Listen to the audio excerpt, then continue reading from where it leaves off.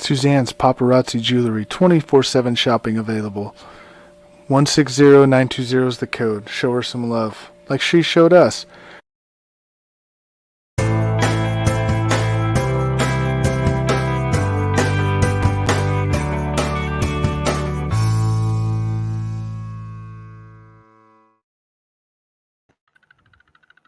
Hi, everybody. It's Wednesday night. Welcome to another episode of the Bo and Joe Show. It's a special show tonight. We're celebrating my partner Bodine's birthday and his Irish twin, as he likes to call his sister San. So, hi, Bodine. How are you celebrating your last week of your 20s? Well, instead of me waiting to the end of the program, I gotta. You have it upside down. You have it upside down. Your age is showing. Oh, there we go. Upside down. Well, let's give Cheney some love.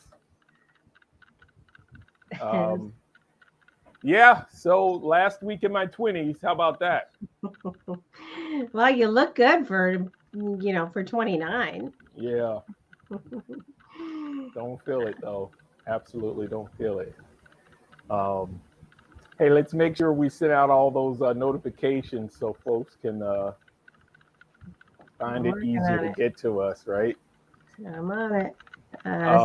San's already here, so here's the birthday girl. Hi, San. Welcome. Happy birthday. Nice. Ooh, look at that fabulous new updated picture.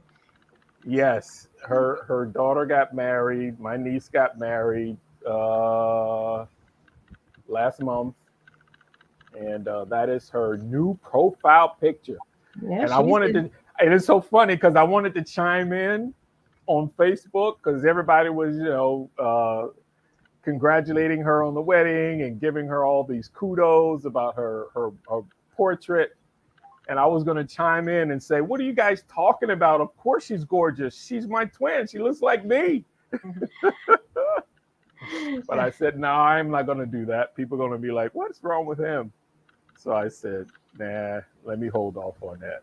All right. Well, and then we have Mr. Sanders here. Good evening, Mr. Sanders. There he is. Yeah, his birthday is coming up. Yeah, absolutely. We both know that, right? Mm-hmm. I was telling somebody about that story about how we finally figured out that our pop's birthday and, that whole surprise. And people were like, what a coincidence. And I'm like, yeah, that's just really very ironic. Just amazing. It just doesn't happen like that. Right. So it's got to be fate. It can't just be a coincidence. Yeah. Right? Well, yeah. So did Justin tune in yet? He's here. Hey, Justin. There he is, the man. We haven't seen him in 100 years. What's up, brother? Well, he had a great day. He played. He wanted me to give him a little shout out. He had a scrimmage against the girls softball team, and the girls beat him. So he struck out a couple times, and he's given prop to the girls. He told me I could tease him a little bit tonight about it, right, Justin? So, yeah. So it was the girls against the boys. The girls against the boys, and the girls pulled it off. There you go. Nicely done. Title IX. That's what it's all about. All right. So speaking about baseball, youth baseball, let's get into the story out of North Carolina, which was horrific. I don't want to bring your birthday down, but did you see the story about? A similar story came out a couple weeks ago, but these were 7 and 8. I think they were 7 and 8 years old. Shots rang out in North Carolina at the Little League Championship. I don't know if you saw the video, but it was horrible. I did see it. Yeah, the parents and coaches on the ground, and the military, telling the kids to get down. Totally sad story. Most of the teams pulled out of the tournament. One of the bullet was actually found in the outfield near one of the players. One of the cars were shattered, and they couldn't find any. They haven't arrested anybody, but really horrible. It's getting bad. I tell you, it's getting bad. I don't know how we're going to handle this as a country, but we've got to do something Well, I think, because yeah, I I think mean, that many youth in America, well, I don't want to stereotype anybody, but I think there are too many young people today who don't appreciate or understand the value of life. I just think they just don't get it. I think they think they're invincible, they're reckless, they're have beef over, from my experience in the law enforcement community, they have beef over things that are really trivial. You disrespected me on Facebook. You talked to my girlfriend. You wore the wrong color shirt. You just there was that other horrible story out of. Did you see that story? It was a young football player. He was in his senior year, just graduated high school, and they were out of line. They went out with those water pistol pellets and went out and shot another group of youth who were on the basketball court, and they beat him to death. So just over a water gun. So his last day of high school. So it's horrible. I believe he was a football player, and he was going. He was going to go to college. It's just, over water. I mean, I didn't don't a kid, understand. didn't a young person just get stabbed to death in New York City on the train or something? Did that Yep, just 14 happen? year, yep, 14 years old. Um, yeah, and Sam's right. It's all childish foolishness, and I think a large part of the problem is that you have these young people carrying around weapons, and life gets passionate, especially when you're young and immature. If you're carrying around a weapon, there's a likelihood you're going to use it. I mean, just don't even do it. And Justin has a good point too. He's saying Little League has lots of crazy parents, and that's a whole nother aspect. But you're 100% right about that. Yeah, I've seen parents screaming at teenage umpires, and when JoJo was playing baseball, it was just out of control. Um, Yeah, it's not one thing. It's not one particular thing you can put your finger on. It's multiple issues that are happening, and something something needs to be done. I don't know how and where, but I mean, let's talk about it. Let's keep the conversation going. For the past at least a month, when I started talking about it, spending 5 minutes, because it's important. It doesn't make sense. It's getting out of hand. It's already dangerous. People are dying. Kids are dying. And it's a combination of adults' bad behavior, kids being immature, or kids being mature. But when you're young, it's hard to control your emotions. So it may not be a bad kid. It might just be because they're young and they don't know how to control their emotions, or they're afraid, right? Somebody steps to them and they're afraid, and they respond back. Or the cultural thing. You're not supposed to, walk away. You're supposed to stand your ground, and all. I mean, it's a combination of so much. But and we it's funny.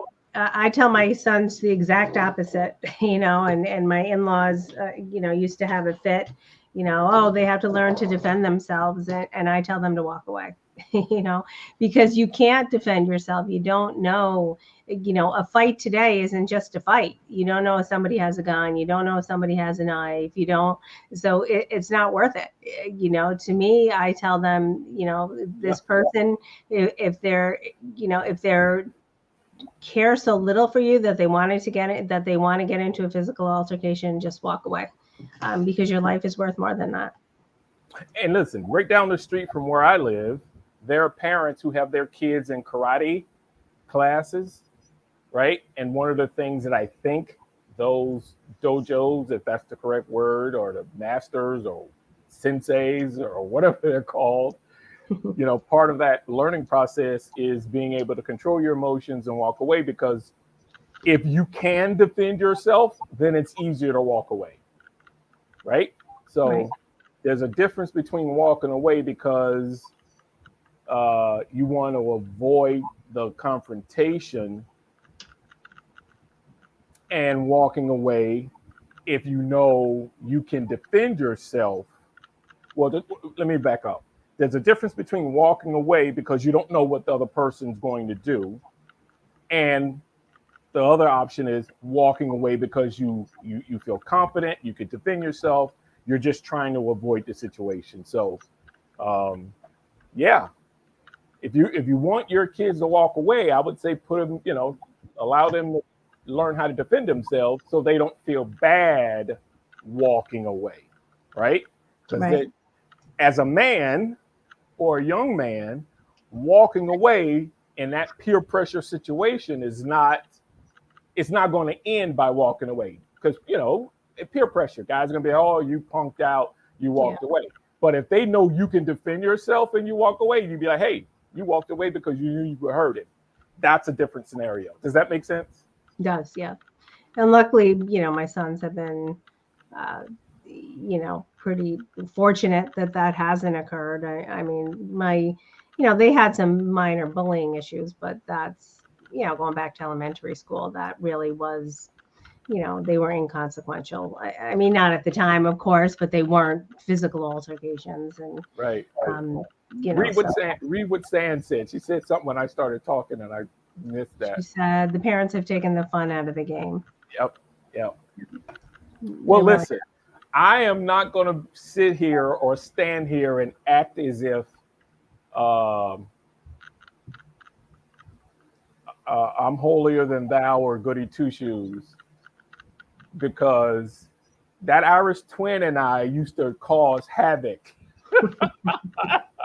We double team a lot of people when people got out of line, right? So we have a history of jumping on people when they got out of line. We didn't start fights, but we were all about finishing them. I can promise you that. And so I'll tell you a quick story. I'm coming home from football practice, and the school is right up the road. So I'm walking to my house, and as I get just around the corner, I can see a bunch of kids in the front yard, and I'm going, what in the world? And there's a fight. And I obviously run over, and that woman there is whipping up on this dude in the neighborhood. And I'm like, what is going on? He kicked my dog. Oh my gosh. Her dog, Chico. Oh my God, that dog. That was the dog. Black and white Chico. She was whipping up on this dude from the neighborhood because he was messing with her dog. So, all right, I get it. I have my moments, certainly, but I think today's a different time. Oh, absolutely. That's what I was about to say. It's different, right? There were people carrying around guns, but not everybody was carrying around a gun, right? The chances are nowadays there are more people carrying guns, kids carrying guns. So times are different, right? That was 40 something years ago. So yeah. And now, I'm sure, I don't know if you know this, but oftentimes now, it's not just that people are carrying guns, they're community guns where, where they're hidden, and, even if you're not carrying it, you can have access to the gun, people, these young kids know where they're stashed and where they can get at them. Mm-hmm. Yep. They don't keep them in their house. They keep them in a hidden location. Only the crew knows where it is. Yeah. They call themselves being smart. Well, if you're that smart, apply that intelligence to getting your schoolwork and going to college. Come on. If you have that kind of IQ, come on, put it to use, a good use. Go work for the FBI. Yeah. Frank's saying, if you're talking about, I don't know, I'm not sure, that got deleted out. If you're talking about, I love to, but I wouldn't do it anymore, was coaching Little League baseball, and the parents would get involved and they would curse. I would never do it again. Yeah, I think too, that's something that's widespread now too, where it's, student athletes are beating up referees and umpires. And, it happened in my neighborhood. It was a viral video a couple of weeks ago where a basketball player the referee was sitting down, and I don't know what happened. They didn't like the call in the game, but he just went over and he sucker punched and tackled the ref in the chair, and they had to pull him off, and it was a very unfortunate incident. Oh, that's an AAU, and if it happened this summer, that kid's playing AAU. He's not playing obviously for a school, but nonetheless, that kid is in trouble on a number of levels. But yeah, you can't have that. I mean, and hopefully the coach should have had some kind of idea if that young man had a, what do you call it? I was about to say a temper problem, but An anger issue. Anger management issue or anger issue. So, it's up to the coach to provide resources for these kids to help them reach their full potential. And if the coach didn't know or didn't do what he or she should have done, because the kid didn't all of a sudden just lose his mind. I'm sure he had signs of losing his cool prior to that situation, right? At least I think you'd like to think. Well, the team actually had a reputation. Really? This wasn't their first altercation, so I tend to think the coach probably encouraged it, but just didn't discipline it, right? Right. See, that's bad. That's bad. We can't let stuff like that happen because it escalates and gets worse. Right? It got worse, and now the kid's got a problem. Because if that ref presses charges, right, that kid's got a record, right? Right. And I think he did press charges. And actually, then he and another ref actually pulled out. They said they would no longer officiate any games because the game. And these aren't young men. They're typically middle-aged, they're volunteers, or they make a very small amount. They're not there to get beat up. That's not their, they're not making their livelihood there. They're just trying to they still want to be involved in the game, and they do it for fun and enjoyment and just the nominal fee that they make. But it's or they're doing it to gain experience because they want to move up to a different level. You coach AAU basketball, right? Maybe you get a chance to coach in a conference, a division, and then you move up. If some of them, not all of them. But yeah, I mean, there's a number of reasons they're doing it. But more than likely, it's because they love the game. They love to see talent. They love to see a good game. They want to have an influence on that game as well. Yeah, it's crazy. Yeah, it's too bad. All right, so let's go to Tiger Woods. Did you see the press conference? Well, let me go to Frank's comment first. Frank is saying, the fun part about coaching Little League Baseball, I would pick up most of the kids and they would jump into my car. I had like 9 or 10 kids. That was fun. I bet it was.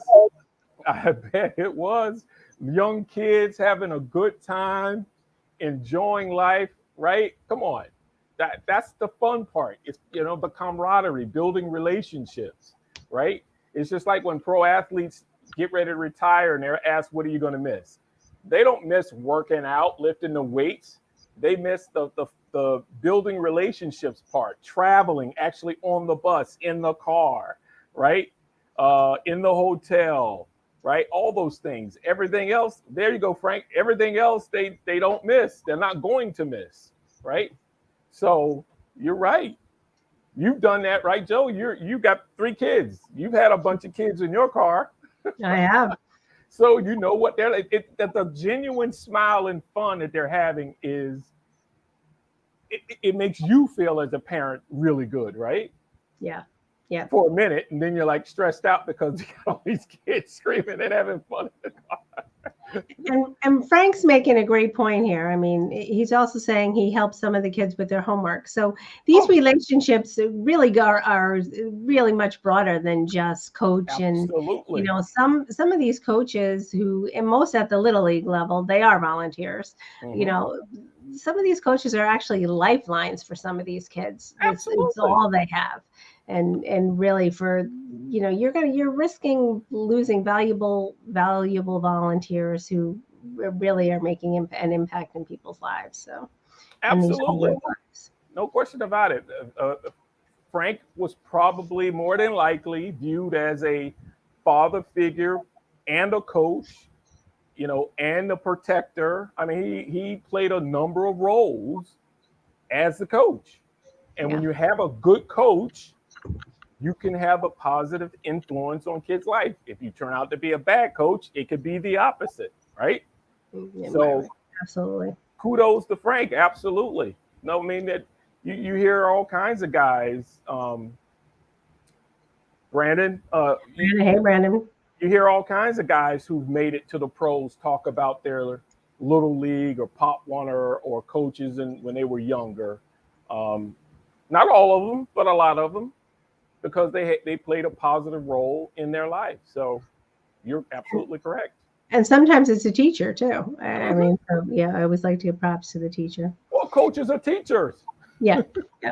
Right? Yeah, mostly, yeah. Yeah, helping them do homework, helping them figure things out, helping them. You having issues with that hat, aren't you? I know. Well, I broke the strap. And I'm going to have to switch to the horn, the party horn. I was going to save that till the end, but so Brandon, we're celebrating actually Bodine's birthday and his sister Sam's birthday. So you came in just in time. He's asking a great question. Bo, how's your book tour going? Let's do a little bit of promo. Well, the speaking engagements are picking up. I did one last month, one yesterday, and boy, was I tired when I got home last night. It was at a local college here. And I'm, just plugging away. Things are getting better, more opportunities. So it's all fun. It's all great. Yesterday was great because I was at a local college and they had junior high and high school kids. And these kids were very smart. They asked, and I was actually pretty excited to do this particular engagement because it wasn't a sports camp like last month. It was an academic camp on writing. So I got questions from very, very smart kids. And yeah, I mean, it was absolutely incredible. There were some really good questions asked, anywhere between 25 and 35 questions, maybe even 40. I mean, it literally every kid had a question. And so it was good. It was good. So I'm looking to do more. I had a great conversation with someone from a college today. And so let's see how that goes. A good friend who's actually in the book, and he works in an athletic department, and we finally hooked up today. So let's see how that goes. But yeah, it's, I'm just looking forward to sharing my story, positive story on how sports builds great relationships. So that is the goal.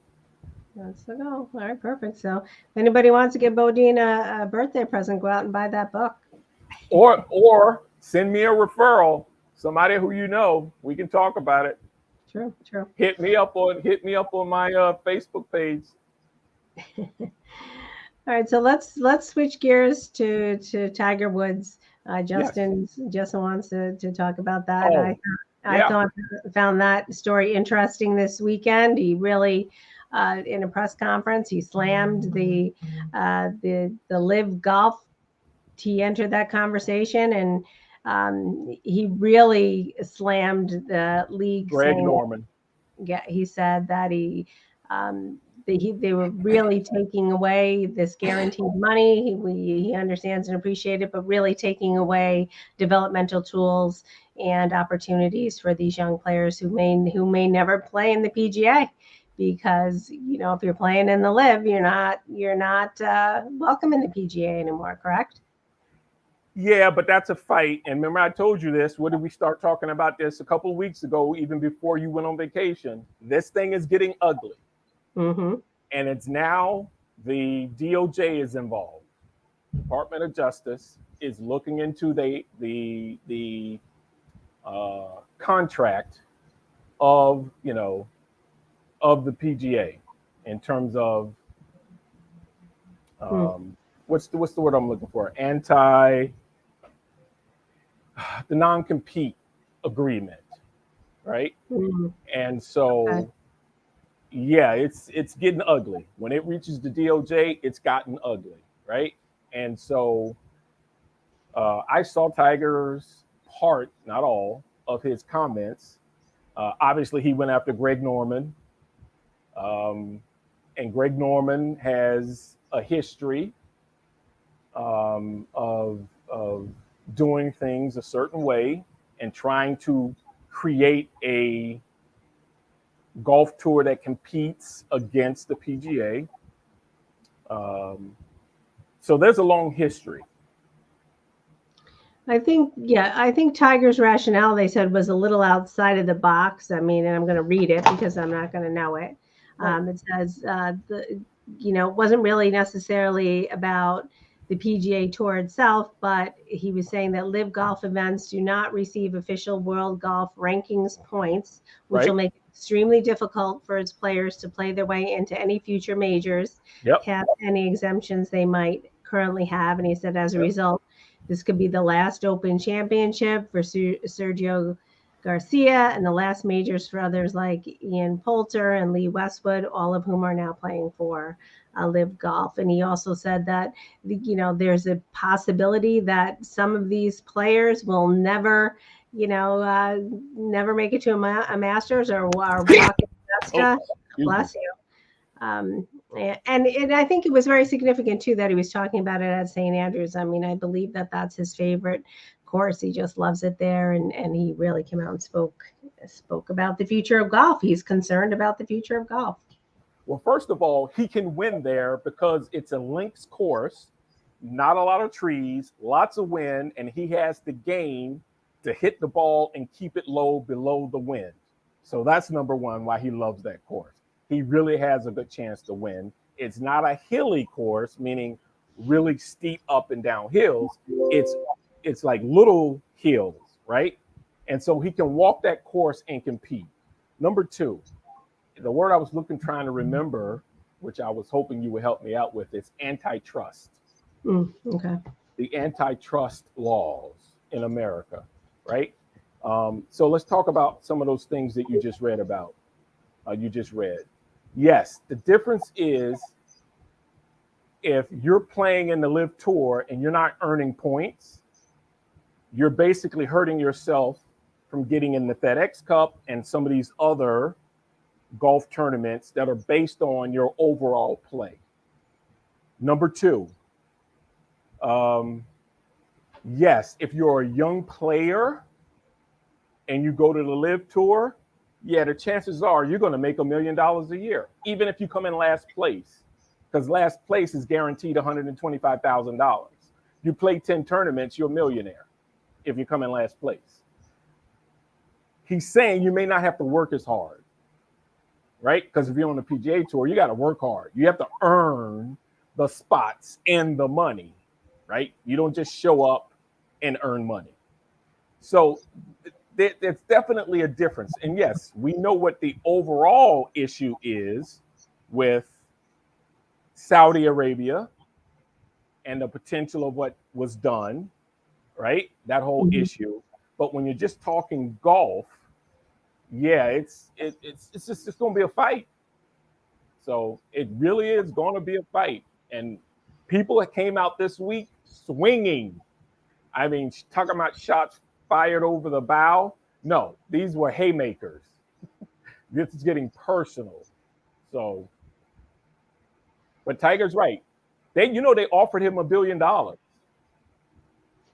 billion? $1 billion to come play in their tour. Oh my gosh.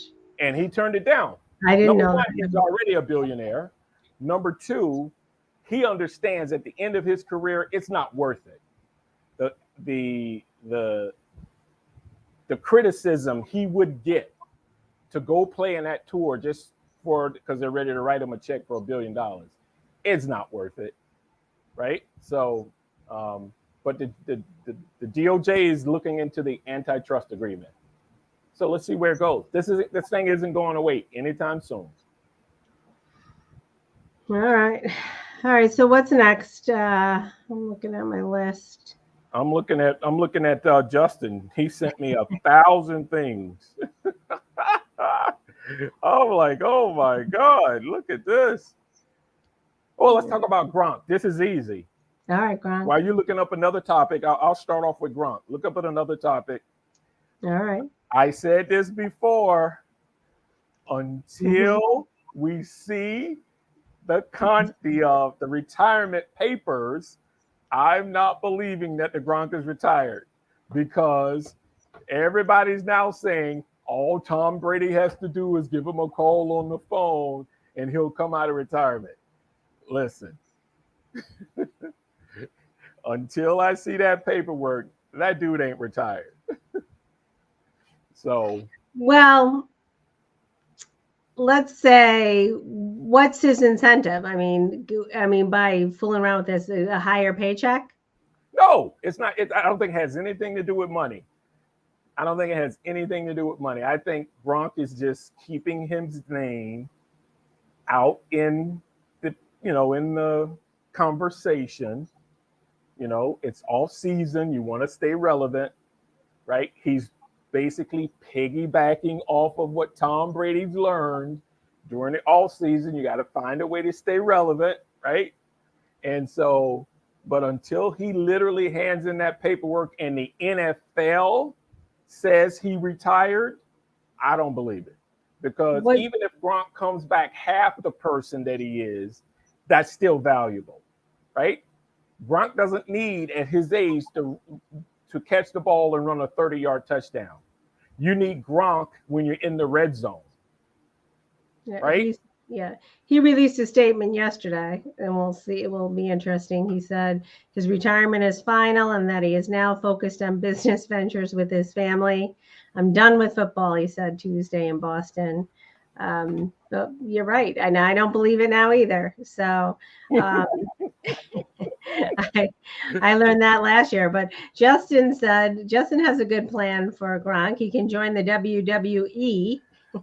Which he probably will. But he's got time to join the WWE. Yeah. If he can get one more ring, I mean, he's going to the Hall of Fame. That's no doubt about it. But do you want to go to the Hall of Fame with, how many rings does he have? Does Gronk have at least 3 or 4 rings? Anybody out there know? I bet you Justin knows. How many rings does he have? He's 33, so he's still a young man. Yes. That dude ain't done playing football, not even a little bit. He's just staying relevant. His PR team knows exactly what they're doing. They're keeping his name. He's making commercials. Come on. He has 4 rings. Okay, if he gets one more, he'll go down in history as the greatest tight end, or at least one of them, like in the top 2 of all times. And Tampa has a shot to do it this year. Especially if Tom comes back, which he is. Gronk comes back with their draft. Come on, Gronk ain't going nowhere. I mean, come on. It's all conversation for us sports radio, sports podcast analysts and co-hosts to keep the conversation going. That dude ain't retiring. No. Because he really, I mean, seriously, he really doesn't have to play the same game he played when he was young. He doesn't need to run those 30-yard touchdowns and go across the middle when they're at the 50-yard line. Gronk will be, his best asset is the red zone, right? In the red zone, 10 yards in, 20 yards in, boom. Gronk gets you a first down, then boom, he gets you a touchdown. Other than that, let the young boys come in and run all over the field and get tired and block. Well, You- what's his deadline? Last year you told me about Tom's deadline. What's the deadline for Gronk? Oh, Isn't there? he can retire at any time, but the deadline to have an effect on the team was 2 months ago. Well, I thought last year, remember you said there was some issue with if Tom didn't come back, he was going to lose a couple $1 million. Yeah, it was in May. Yeah. Oh, so that's already passed for That's what Gronk. I'm saying. It's already passed. He's on the roster. Or he's a free agent waiting to be re-signed. But yeah, that date has gone and passed. Gronk is playing football or he's going to retire, but he hasn't retired yet. Because the NFL did not say they received his paperwork. Okay. And he's not going to retire and then unretire, because once you retire, right, it affects your, lack of a better word, your retirement plan. But if you unretire, you start all over again. So he's not going to do that. He's already vested, in other words. How many years? 13, 12, 10? Well, he's 33. 13 years at least he's been in the league. Yeah, come on. He's not going to hurt that. He's not going to hurt his retirement plan to come out of retirement after he handed in the paperwork. No, that's not happening. I'm surprised Justin didn't chime in. Did Justin chime in yet? No, he's on something else. He did. He said 4 rings. He agreed with me. He said Antonio Brown, AB, should come back into the NFL. That's a different story right there. Yeah, that's a toughie. Yeah, he didn't walk off the field the way Gronk walked off the field. Those are 2 different issues, right? So what do you got? What's the next topic? All right, so the next topic is, I found this interesting, and it's a story Justin sent to me. The Arizona Cardinals wide receiver DeAndre Hopkins is now a proud owner of a women's football team in Houston, where he played his first 7 seasons in the NFL. So nice. Yeah, I think he's part owner of a 4-person ownership group that bought the Women's National Football Conference's Houston franchise. So that's big news, right? I mean, it's nice to see some veteran player taking an interest in the women. He's a 5-time Pro Bowler, and he's thankful to be an owner and part of the WNFC football, the new team coming to Houston. He put on his Instagram story, so that'll be interesting to watch. And of course we follow and we sponsor, we're partnered with one of the women's football teams, and the Oregon Cougars. So we're very vested in women's football, and it's something that we certainly promote and like to be a part of. So I'm happy to hear it. It's going to get bigger. It's going to grow. They're going to have teams in 30 cities. Just like the NFL. I mean, it's just going to grow. And if Hopkins is investing his money, that means his group, his team did their due diligence, right? So they know what's in store in terms of the future plans for women's football. So I'm pretty sure he's excited and saw and heard some good stuff about what the projections are for women's football, right? Why would you throw your money that way if it's a waste of time, right? So I think he heard some good things, in which we agree too, right? So yeah, it's going to be good. Going to be good. What do we got? Oh, anything else you let's see. What do we have? A lot of golf stories. Justin's got some golf. It's kind of a slow week in sports. Oh, what about the MLB? The Yankees. I think our old buddy Adrian posted that even if the Yankees are Yeah, and tennis too. We have Wimbledon, right? Novak won Wimbledon. Oh, let's talk about the Joker. Yeah. So, yeah. So He's that. still in trouble though. He's banned from Australia for 3 years.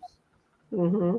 So if he's going to catch Rafael Nadal, he's going to have a hard time doing it. And in other words, the only way he can do it is beat Nadal on what is that hard court? Which court is he? Which surface is he better at? The one he just won. What did he just win? So I think he went on grass, right? Isn't Wimbledon grass? Yeah. So Um, that's the only chance he has to catch him and surpass him because he's done in Australia for the next 3 years.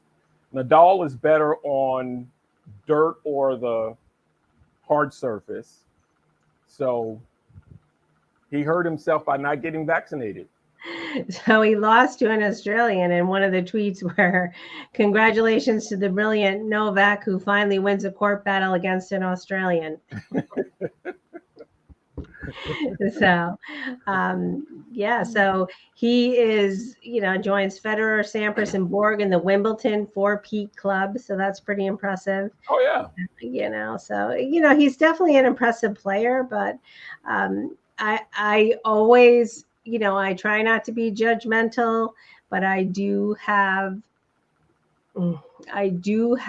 some.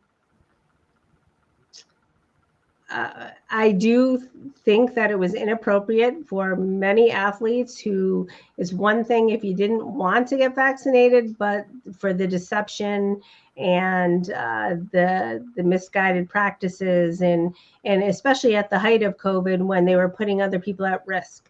And Novak put a whole group of children at risk who didn't have the opportunity to be vaccinated. And remember, he tested positive for COVID and he still had that event, the children's event. And I think that I do have a bad taste in my mouth and I wish him well, but I think that the way that it transpired was unfortunate. And if he doesn't, win the championship and he doesn't beat the record, then, I think that speaks for itself.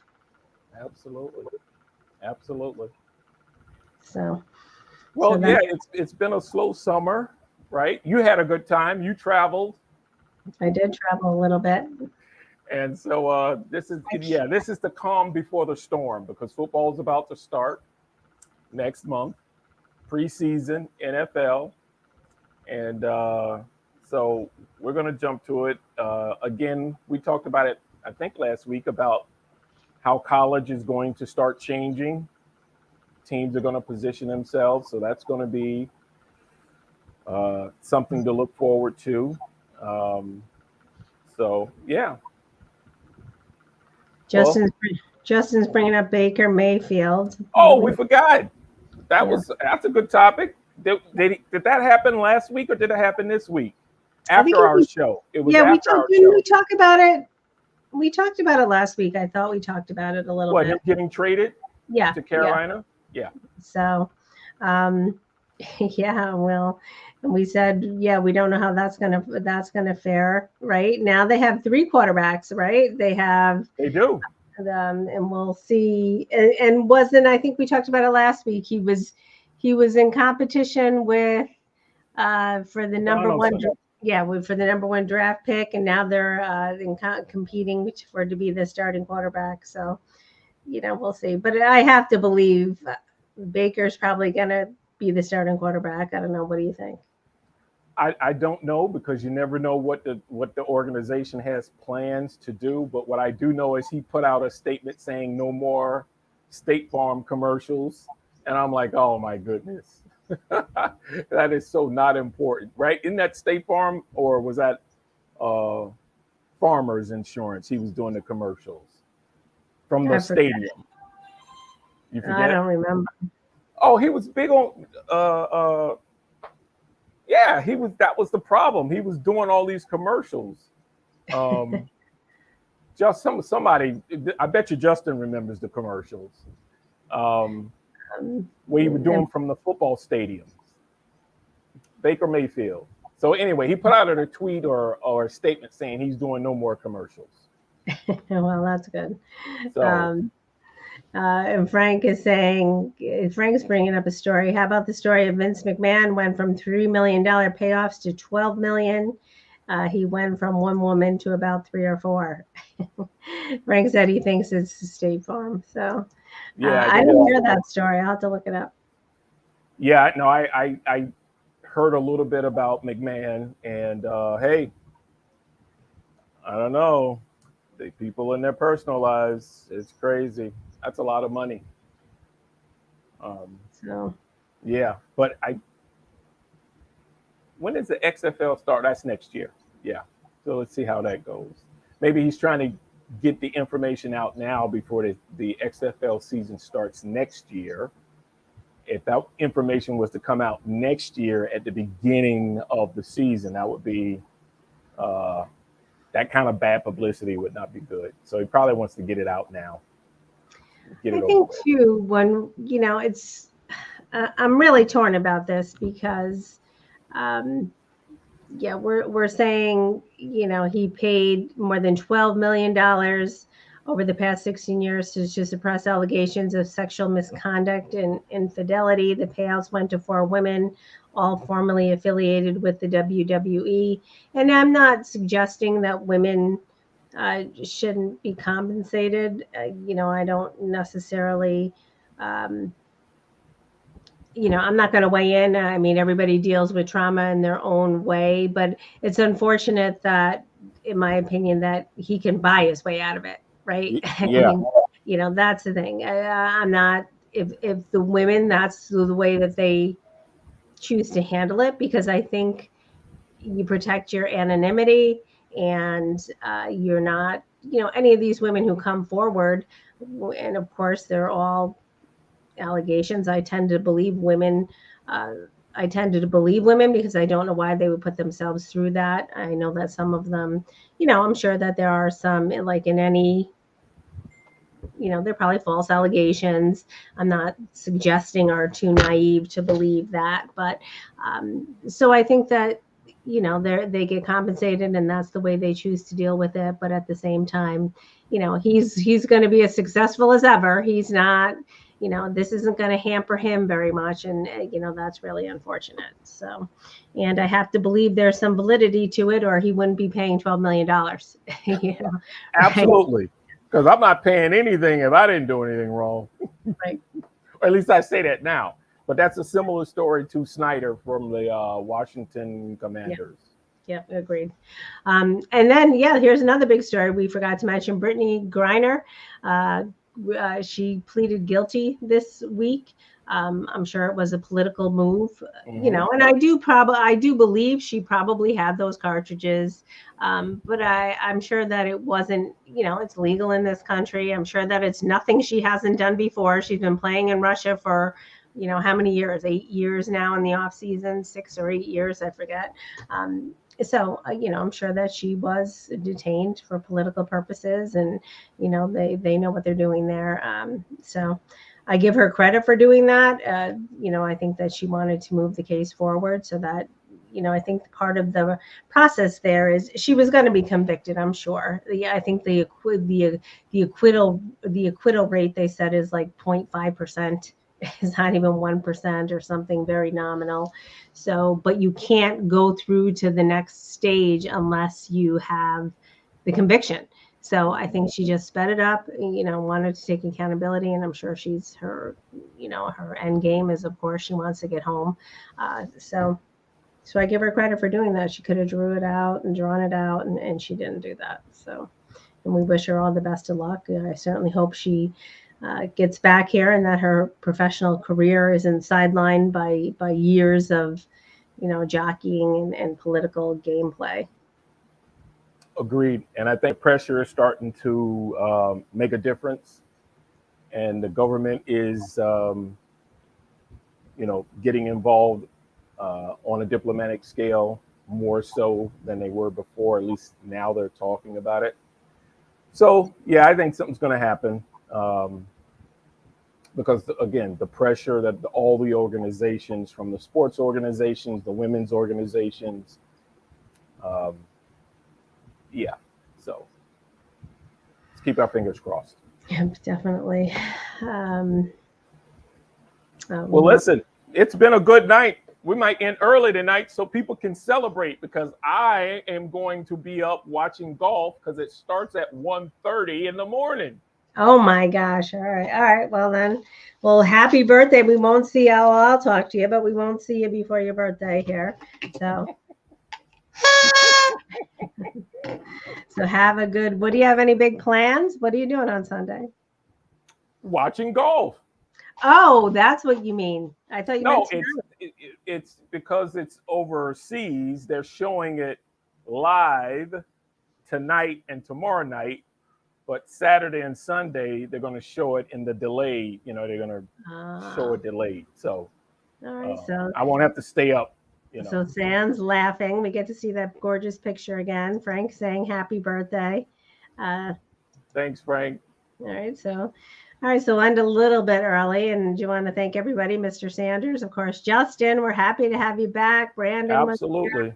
Frank, San, who else? Well, I think that's it. And of course, our main man behind the scenes, Crispy Bacon. Who's down there in that crazy heat. He said it's 107 down there. I'm like, whoa.